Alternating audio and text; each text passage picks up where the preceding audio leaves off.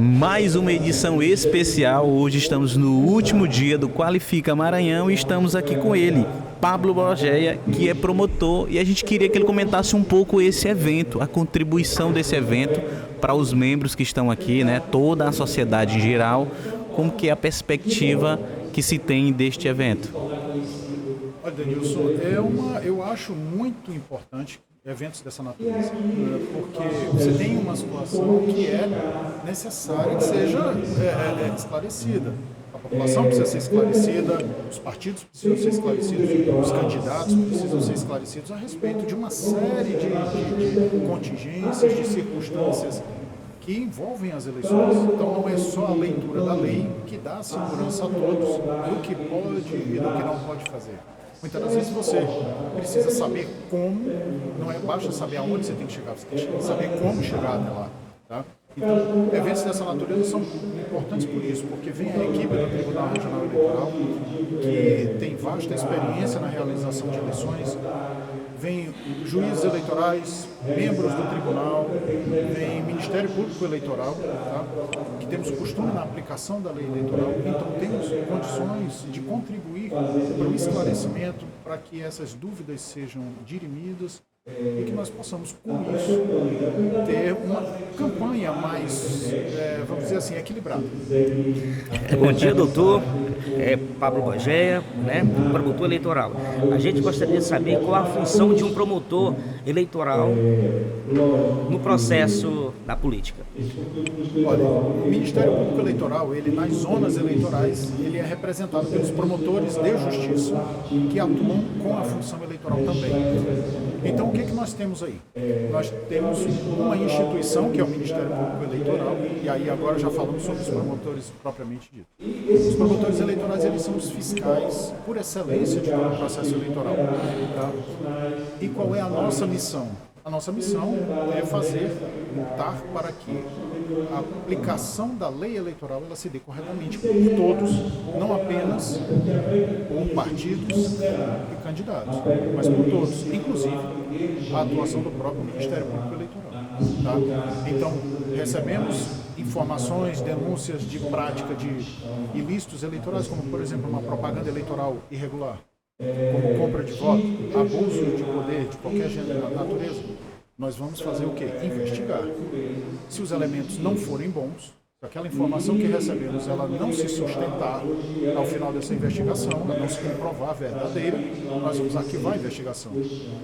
Se essas informações forem boas e elas nos levarem a elementos de prova bons, nós vamos ajuizar a ação para buscar a responsabilização dos agentes dessas condutas. O que eu estou querendo dizer com isso? Quando nós arquivamos investigações sobre fatos que não se comprovaram e quando nós ajuizamos as ações para responsabilizar os agentes das condutas, nós estamos falando de quê? De uma atuação imparcial do Ministério Público. Para o Ministério Público não interessa quem é o candidato que vence a eleição. Não interessa se é o A, o B ou o C. Para nós o que importa é que o candidato que venceu tenha vencido da forma justa, da forma correta, respeitando a Constituição e as leis. Essa é a nossa preocupação. Portanto, nós não temos preferências políticas, nós não temos preferências partidárias, nós não temos preferências eleitorais. Nós somos sim seres humanos e como seres humanos nós temos os nossos pensamentos, mas isso não influencia na nossa atividade como Ministério Público. Qual que é a maior dificuldade que o promotor ele enfrenta nesse período eleitoral? Porque a gente sabe que é uma demanda gigantesca, mas qual é que o seu nome é? Poxa, esse aqui é o que mais bate na tecla. Olha, o que nós temos muito, eu acho que você fala sobre que tipo de informações Isso. em maior quantidade nós recebemos. Isso. Olha, assim, via de regra, o que nós temos? Propaganda irregular, e compra de votos, que é o nome comum, que é o popular que a gente dá para captação de sufrágio. Mas isso aí é o campeão de ocorrências. Como é que o órgão fiscalizador vê essa questão de o cara mandou um material, uma prova, mas o que realmente computa como prova? Ó, isso aqui realmente está validando que foi uma compra de voto. Porque de repente o cara tira uma foto, mas aí não tem tanta... Pois é importante, foi muito bom você ter perguntado isso, porque o que ocorre? Nós recebemos essas denúncias, mas é preciso que elas venham com o mínimo de prova possível. Então, hoje em dia, todos temos celulares, é possível você fazer um vídeo, tá? É possível você fazer uma foto, tá? Mas é necessário que o eleitor ele dê um contexto para aquele vídeo, para aquela foto. Não pode chegar só a tirar uma foto de um aglomerado de pessoas e dizer que aquilo dali é uma compra de votos e achar que ele entregou uma prova maravilhosa para o Ministério Público. Não entregou. Ele entregou uma prova de que havia várias pessoas reunidas ali. Tá? E dependendo da qualidade da prova, a gente não consegue nem identificar quem são as pessoas que estão lá. Então é necessário que haja uma contextualização dessa foto. O que é isso? É a pessoa dizer, o dia que foi feita a foto do local, e me dá o nome de pelo menos 3, 4 pessoas que estivessem lá. E depois, quem estava comprando votos. E se não era o próprio candidato, identifica quem era o beneficiário da compra de voto. Tá? Então é preciso que traga, além do vídeo, além da foto, traga informações. Você tem vídeos que por si só são a prova máxima que nós poderíamos conseguir, como por exemplo, a utilização de carro de som. Se não estiver numa carreata, se esse carro de som estiver circulando sozinho, fazendo propaganda, é um ilícito eleitoral. Eu não preciso de uma contextualização, basta fazer uma filmagem daquilo dali e encaminhar para mim. Eu sei quem é o candidato favorecido, eu sei que o carro de som estava funcionando, como é um vídeo, eu sei que o carro de som está funcionando e fazendo a propaganda. Agora, se você me trouxer uma foto de um carro de som andando, como é que eu vou saber que aquele carro de som está realmente fazendo a propaganda ou se ele está saindo com o som desligado? Entende a diferença? Precisa do audiovisual, né? Exatamente. E doutor, você nos explicou aqui que o Ministério Público tem como obrigação, né, de comprovar que cumprir as leis que o político ganhou de forma legal, né? No seu ano de experiência, qual foi a maior penalidade que houve, né? Uma vez comprovado que o candidato ganhou, mas de forma ilegal. Olha, a consequência mais grave que existe para esse tipo de situação é a cassação do diploma. Tá? E esse candidato vai ficar inelegível pelo período de 8 anos. Quando você fala de uma inelegibilidade de 8 anos, eu estou dizendo o quê?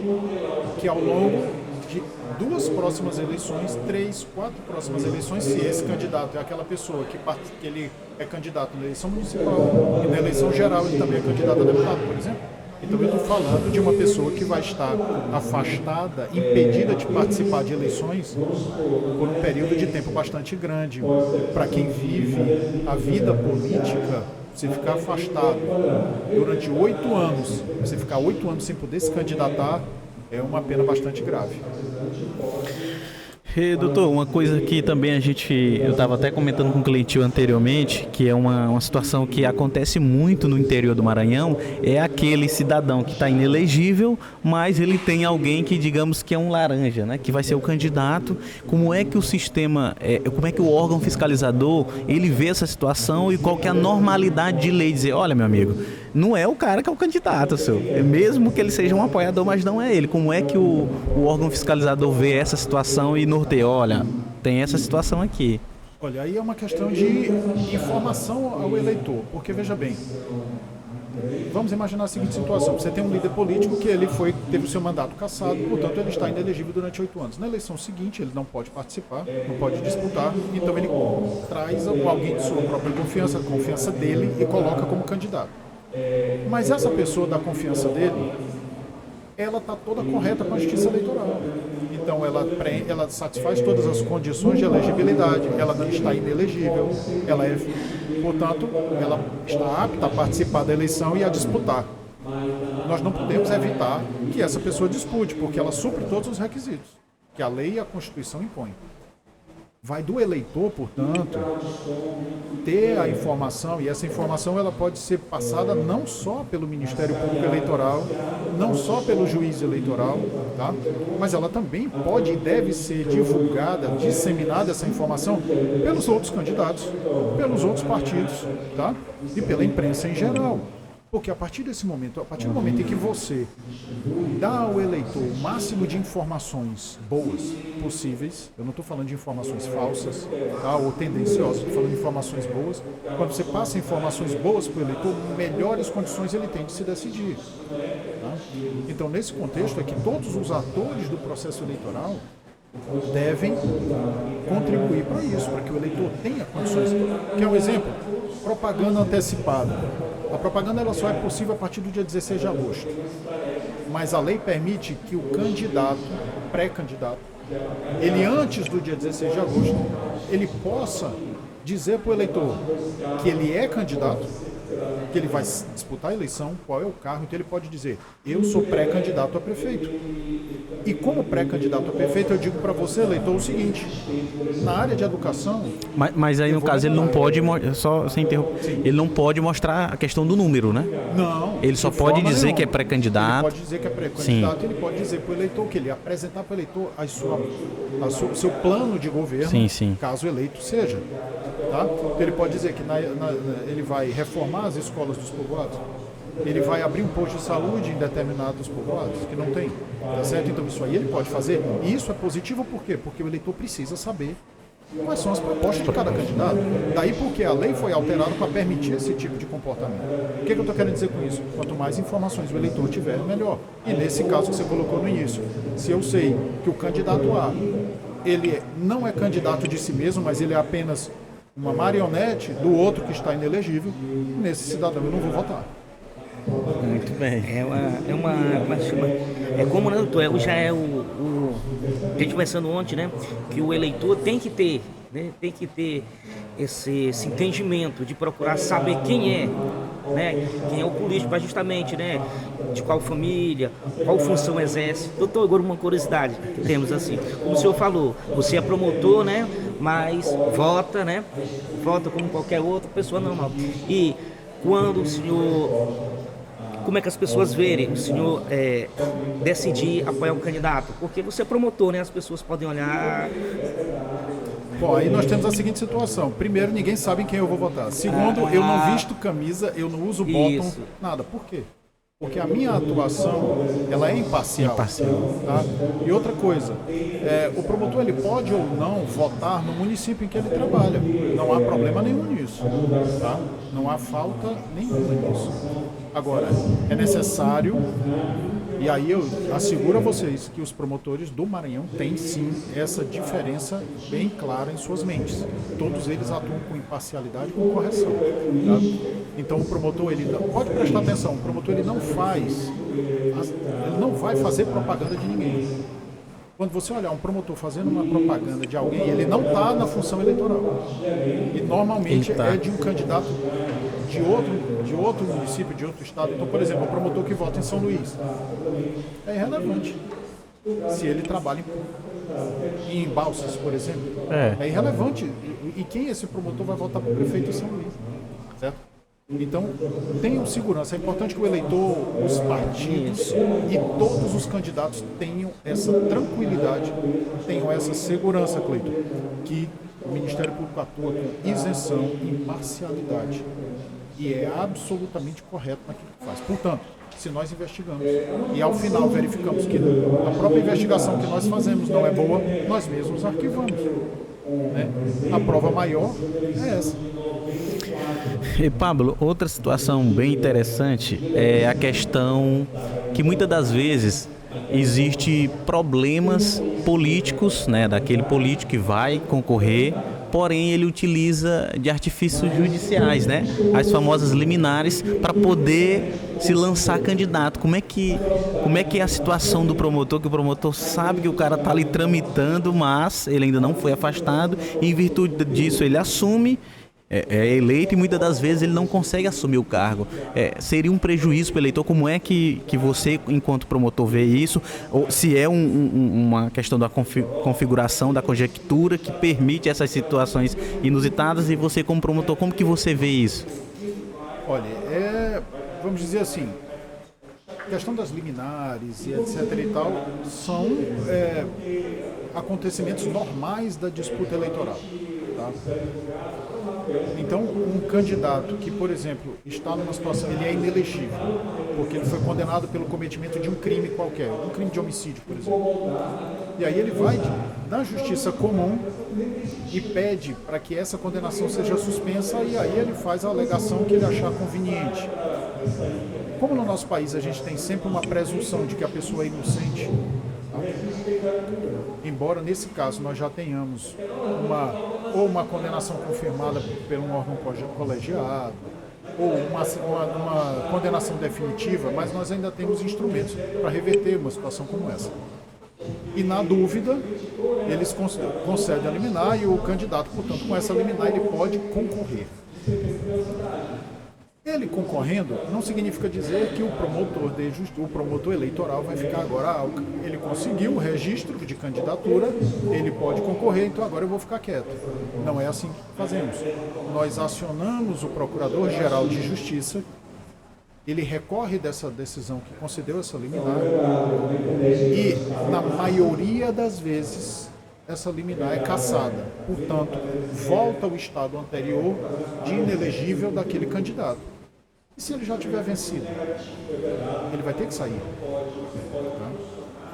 Então, aquele mandato que ele conquistou não foi corretamente conquistado. Mas aí, no caso, perde a chapa toda dele, como é que funciona? Não, aí eu falo de executivo. Quando você fala já de, vamos colocar, dentro de uma eleição proporcional, no cargo de vereador. Sim, portanto, verância. Não, quem sai é ele.